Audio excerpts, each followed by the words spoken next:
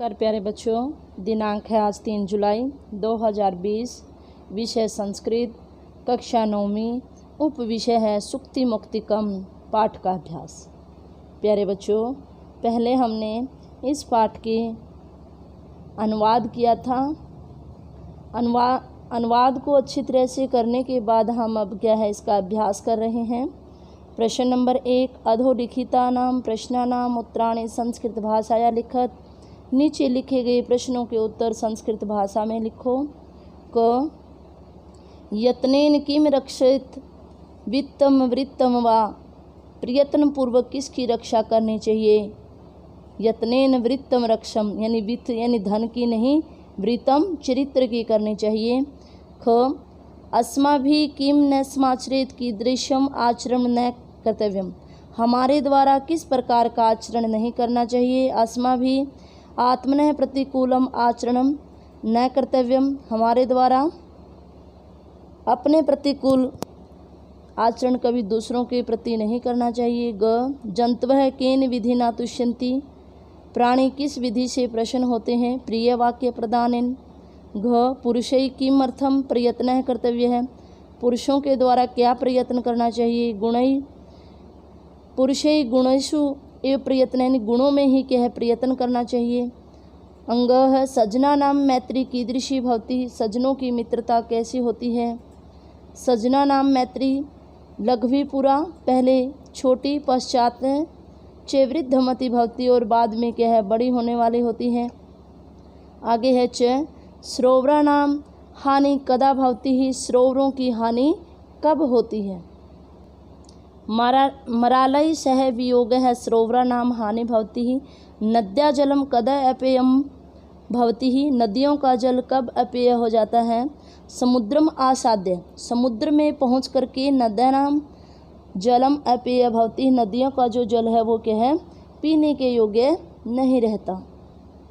आगे है प्रश्न नंबर 2, क स्तंभे विशेषणानि ख स्तंभे च विशेष्यानि दत्तानि तानि यथा उचितम योजयत।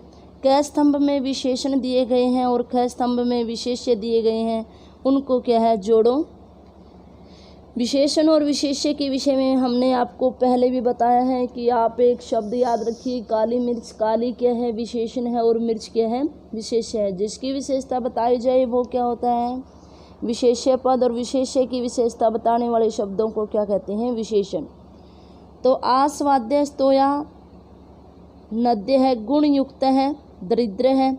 दिनस्य पूर्वार्ध भिन्ना खला नाम मैत्री दिनस्य प्रार्ध भिन्ना सजना नाम मैत्री।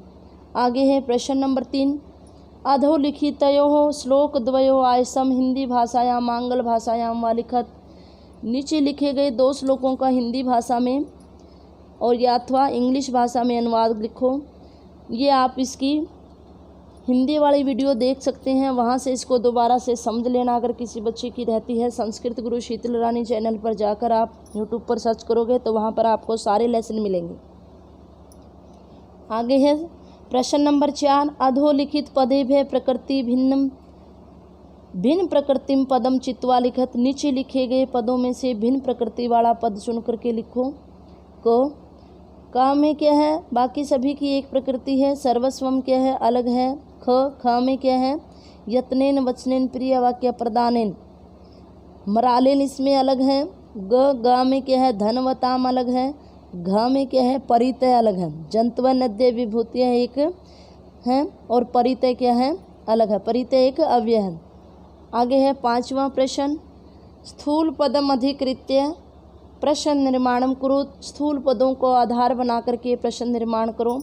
प्यारे बच्चों, मैं आज एक किम शब्द रूप की 7वीं वीडियो भेजूंगी, उसको आप अच्छी तरह से 3-4 बार देखें।